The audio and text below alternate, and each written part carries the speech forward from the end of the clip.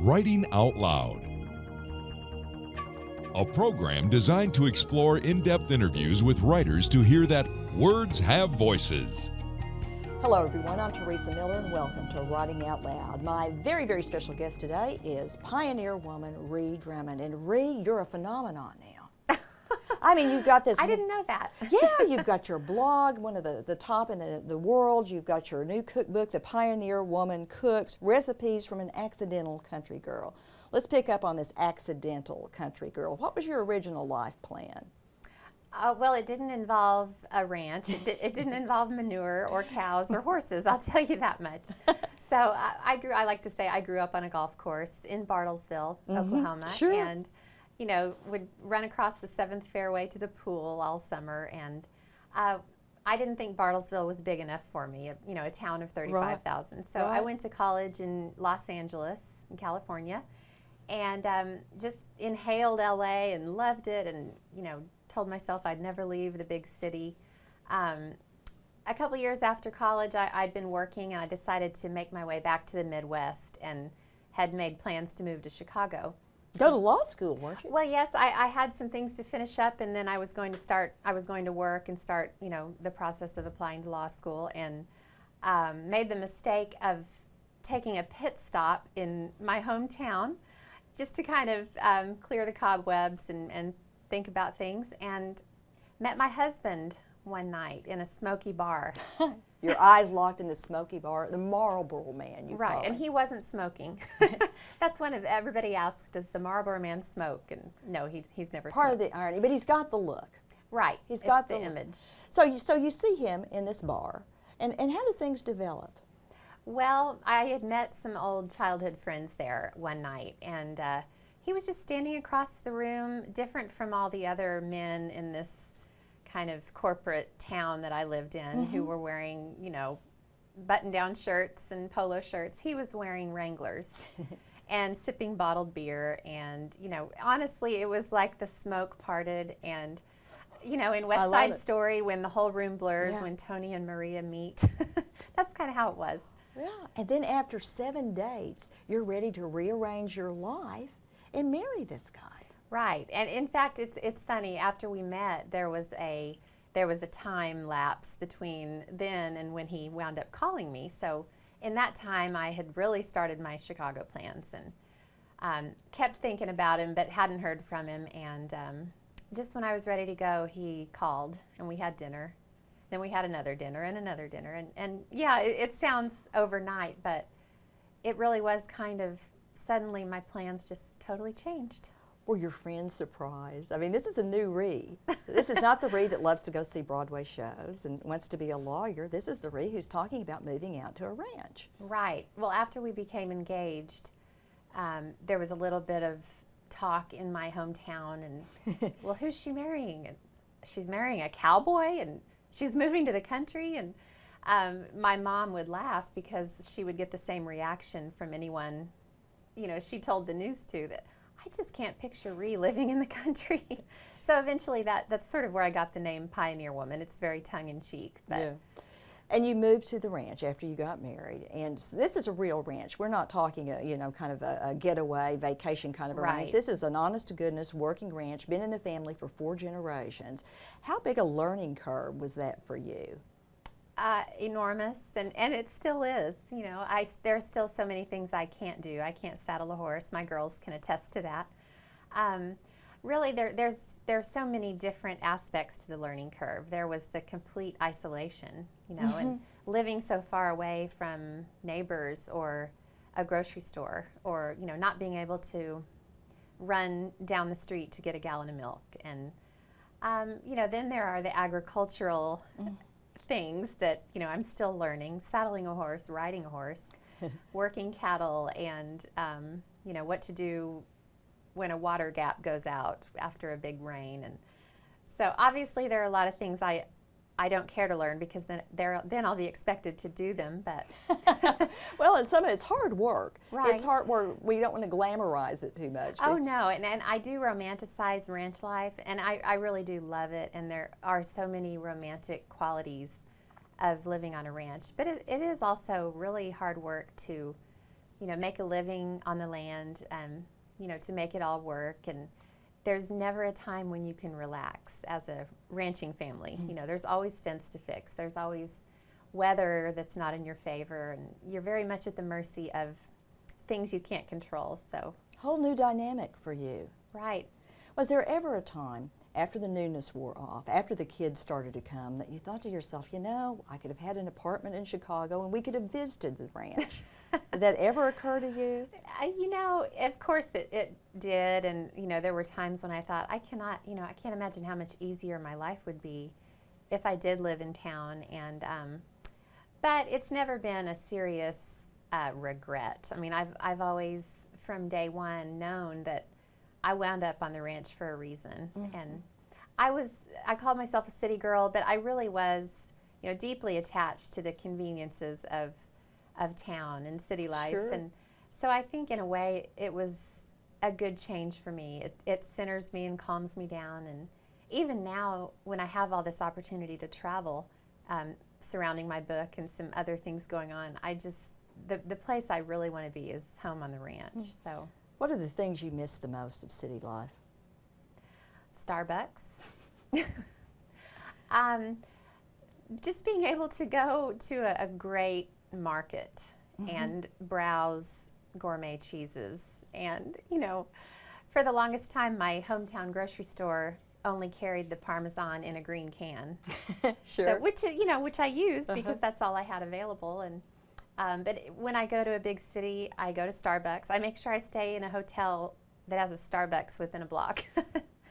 I do miss being able to go see shows, and I can now, but it's a 3-hour round trip if I go now. Sure. So that adds a little bit of time. But those are things that I can obviously get over. We got to know you first as a blogger. What made you decide to start blogging? It was completely on a whim.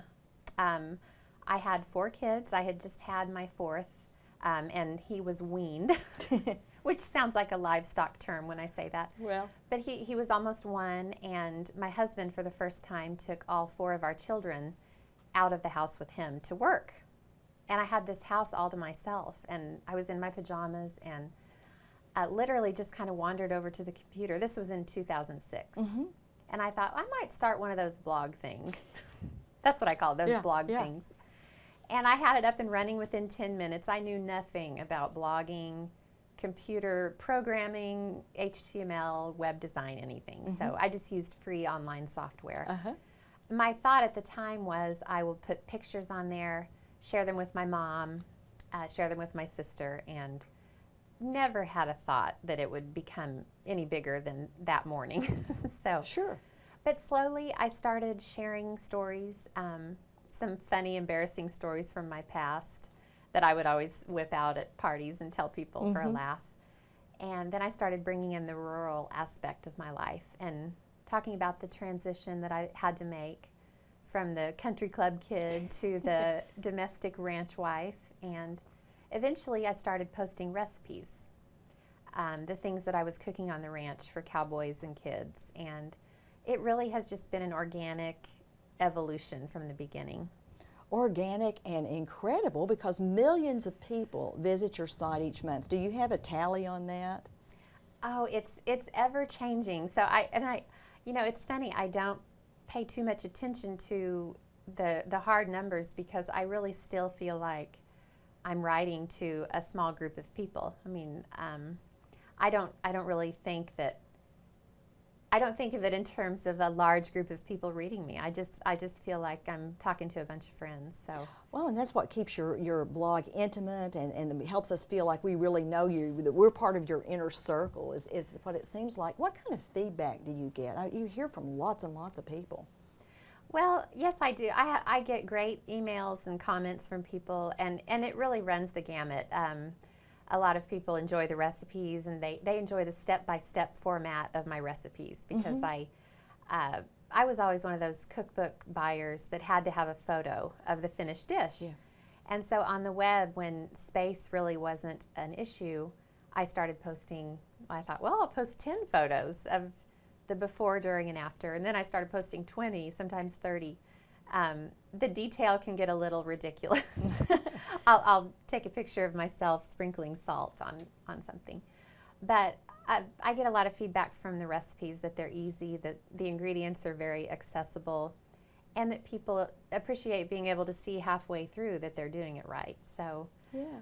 And I think I hear from other people, and it's hard for me to know exactly why people enjoy reading Pioneer Woman, but one thing I do hear is that they enjoy the break, that it's sort of a moment of lightness in their day, because when you come to Pioneer Woman, we're not going to be debating, policy and political issues or anything too serious or heavy. So I think people know that they can come, see a recipe, read a funny story about my basset hound, and come away not feeling agitated or worked up, but sort of feeling a little bit lighter.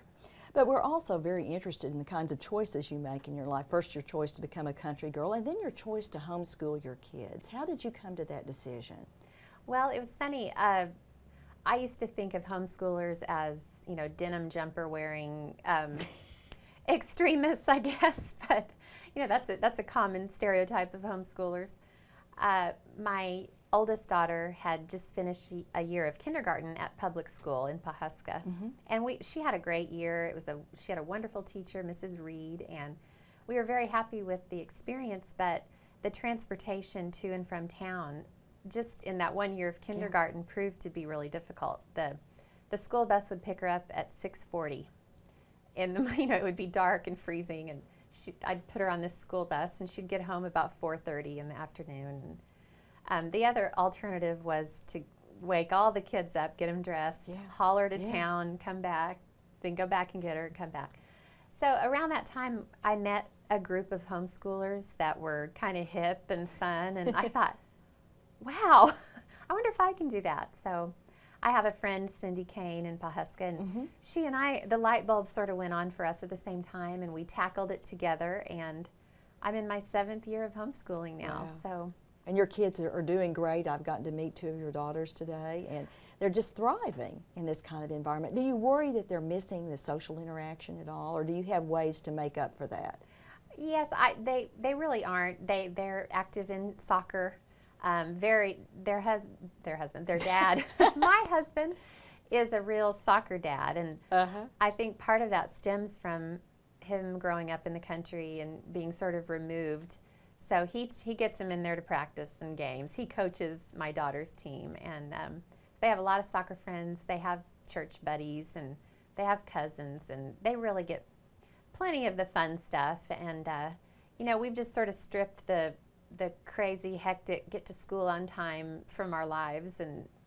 But other than that, I don't think I've messed them up too badly. So, but the jury's still out. We'll see. What's their favorite subject? The one that you share. What's your favorite school subject?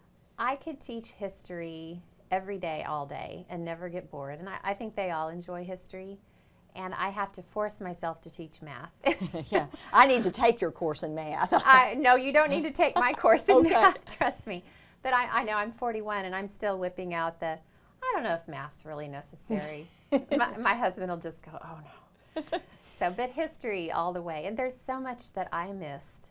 I'm loving this elementary history education I'm getting. Well, that's what I'm saying. You're learning a lot in the process because you feel this responsibility. It's about more than just getting a grade like when you take a class. I mean, you're teaching your children. Right, and keeping them interested. So that's a challenge too. But this big spotlight that shines on you also shines on your kids, on your husband, on the ranch hands. How are they adjusting to all this notoriety? Well, honestly, it's so funny. In our daily lives on the ranch, notoriety doesn't even come into the picture. And someone will ask me, how are you handling the notoriety and the fame? And I'll kind of say, what fame? I'm oblivious to it in our daily lives on the ranch. But just in terms of the blog and the stories that I tell, I think everyone in my family has been really supportive, my husband especially. I wound up with this husband who is a traditional rancher. You would expect him not to really embrace the whole tech world, but he completely gets it, understands it, appreciates, my portrayal of agriculture, although he is my fact checker. Someone says, does it bother your husband when you write about him? And I said, it never bothers him when I write about him, but it bothers him if I get an agricultural fact wrong. He'll lose sleep for days. So, well, give us a sense of what one of your typical days is like. Well, you may not have typical days, but pick a day for us and describe what it's like. Yeah, you're right that it's hard to pick a typical day because the weather very much dictates what we're doing on the ranch. But on a day when we don't have heavy ranch work to do, we get up and around and eat breakfast, start some school. In between some school subjects, I'll sit down and write a blog post.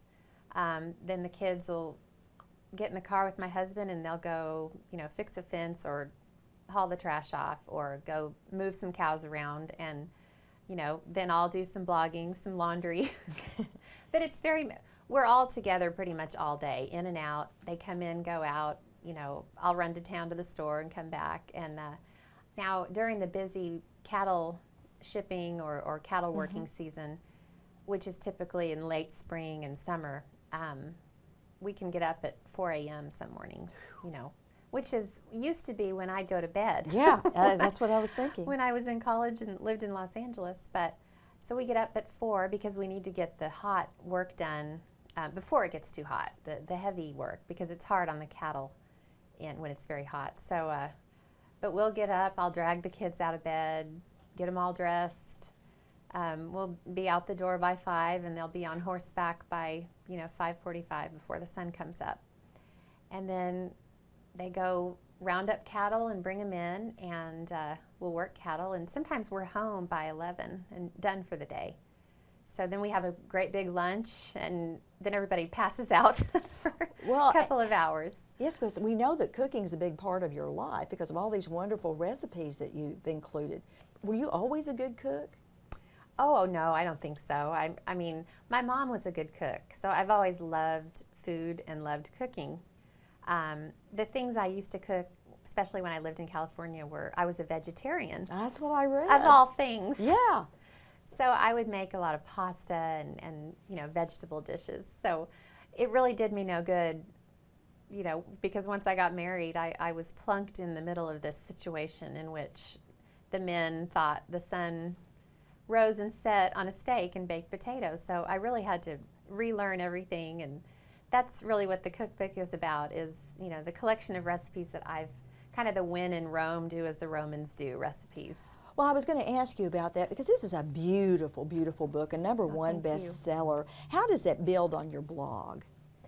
Well, it was the blog came first, of course, and that's really always been my primary focus, but the cookbook was a natural extension of that, and it was important to me that the cookbook be an accurate reflection of my site. So I knew I didn't want it to be slick and sophisticated and refined, I guess would be a word. I wanted it to be a little irreverent, very, very colorful, which it's a little too colorful sometimes, but and I wanted it to be a little bit of a slice of life cookbook where I sprinkled vignettes of ranch life in the middle of the recipes. So when it was all said and done, I felt like the cookbook really was a little bit of a glimpse into the website. Oh, it's just a beautiful, beautiful addition. It complements the website very well. Have you actually tried all of these recipes? Oh, yes, and I took all the pictures in the cookbook. So the photos in the cookbook are actually me cooking the dish. So, and a lot of them are tried and true. Some of them came from my husband's side of the family. His mom shared a chocolate cake recipe with me, and his grandmother shared a recipe with me, and some of them are actually from my side of the family too. It's just sort of my old classics, a little bit of a country bent to them, but there are also some things in there that reflect my time in California. I make a potato and leek pizza with goat cheese that my kids or my husband would not touch with a 10-foot pole. So you have been able to bring a little bit of your cuisine to the ranch. Yes. That's good. And my girls are a little bit more adventurous in a culinary sense than their little brothers or their dad or the cowboys. So So it's a hybrid. Yeah, so it's more than just briskets that we're talking about Right. here. It's not an exhaustive volume on country cooking. It's because there's a sherried tomato soup that came from a friend of mine, and there's cowboy food and cowgirl food. That's sort of how I define things on the ranch. So the cowgirl food gets made when my husband's out of town. What's your very favorite recipe that you yourself have created? Oh, well, I probably mentioned the potato leek pizza because that would have to be right up there. I could eat that once a week for the rest of my life. But I also love just roasted beef tenderloin. I mean, to me, that is just a perfect food. And then I have a scalloped potato dish in the cookbook that has herbs and a lot of cream and cream cheese, and it's not low fat at all, but it's very rich, and I love food. There's not much in the cookbook I wouldn't eat. Yeah, but you know, these recipes are more than about just good meals. They're also about good life lessons and things that you learn through the recipes to nurture your family, to nurture yourself. Don't you feel that way? Yeah, and really cooking for me is how I creatively express myself. I mean, some people have crafts and like to do things, you know, in the crafting world, and some people, music is their thing. But to me, cooking is really how I think. And, you know, I do a lot of my thinking when I cook. I noticed that last week. Because I do a lot of my cooking when the kids are out of the house with my husband. So, but it's how I express love and affection too. You know, there's just so much to food for me. So it was only natural that stories are woven into the things I cook. And oh yeah, it's really about community, and this is sort of ironic because you're isolated to a degree, but I was visiting with someone earlier today who's a huge fan of yours, and in his neighborhood the neighbors take turns, and each night one of them makes a different one of your recipes and shares it with the whole neighborhood. And I thought this community is building from this work that you do out on your ranch. Well, that thrills me to hear. But it is ironic that, you know, I move out to the country and should be completely isolated, and then 10 years after I get married, this whole digital medium comes in and allows me to connect with not just people in the United States, but people across the world. I have some friends in Australia, you know, from just through my blog, and but there's a common thread, you know, with the people who read Pioneer Woman. We all love food. We love enjoying life. You know, we all come from different backgrounds, obviously, but I think food is such a uniter. Well, it is a uniter, but I've got to wonder, as wonderful as all this contact has to be for you and the feedback, is it overwhelming sometimes, practically speaking, because you can't answer all the emails that you get? No. And email really is the one thing that I almost wish it didn't exist, because it's the back burner thing for me, because it's the one thing that I have decided that I can't keep up with. And I don't know many people who can keep up with their emails. Well, I mean, you're getting millions of emails. Well, not millions, but it seems it might as well be. Yeah.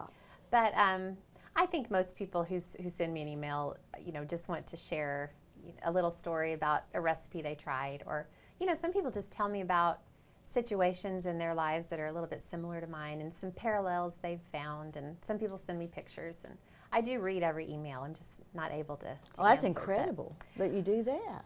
But, you know, I don't think emailing is necessary, you know, to feel a connection to the people who read. But your blog's got to be a lot more work for you now than it was when you first started and didn't know much about the web. And now you've got this, you know, state-of-the-art website. Has that changed your work day around quite a bit? You know, I think it has helped, ironically, that I'm not a type A personality. I didn't really have a set schedule to begin with, where we have to be started doing English by 8:15. You know, we get up because of the nature of the ranch. We're sort of at the mercy of that work too. So that I haven't. It didn't come in and obliterate any existing schedule. So it has just gradually worked its way into the crevices of my day, and you know, I think if anything, I have a lot less idle time. Well, I'm sure. Than I once did, but that phenomenon where the busier you are, the more efficient you get, I think kicked in there somewhere. But so far, I've been able to manage. But that's not to say my closet isn't a complete mess. Your blog has changed the way people view their own lives. They've changed the way people view your life. Has that changed the way you see your life? I mean, has writing this blog on a regular basis, writing your book, made you see things about your life you hadn't really paid that much attention to before? Well, yes. Part of what I love most about the blog is the stream of consciousness approach to each blog post. I do not plan my blog posts any more than an hour in advance, really. Often I'll go take pictures of a day of work, and then the stories come together as I'm looking at the pictures, and I think, oh, look at what happened there. And so the stream of consciousness, when I say that, I mean I just sort of let it flow. It helps me take pleasure in kind of the more mundane things around the ranch, and in a way, that's part of my message too, is that you can find contentment and happiness and humor often in everyday life, whether you live on a ranch or in an apartment in Chicago or, anywhere, California, New York. You can find the funny things in life and turn them into little stories. Well, it's wonderful what you've done. Congratulations on your blog, on this gorgeous, gorgeous book, and all the success that has come with these things. Quick closing question, will there ever be a Starbucks on your ranch? I've been writing them daily for the past 13 years, and they haven't responded. Go but figure. If they wanted to put a franchise in our hay meadow, I would plow up the ground and lay the foundation for them. So let's hope they're listening. But I don't know how to lay foundation, so I'll have to teach myself that first. Thank you so much, Ree, for being here. Thank you. And thank all of you for joining us on Writing Out Loud.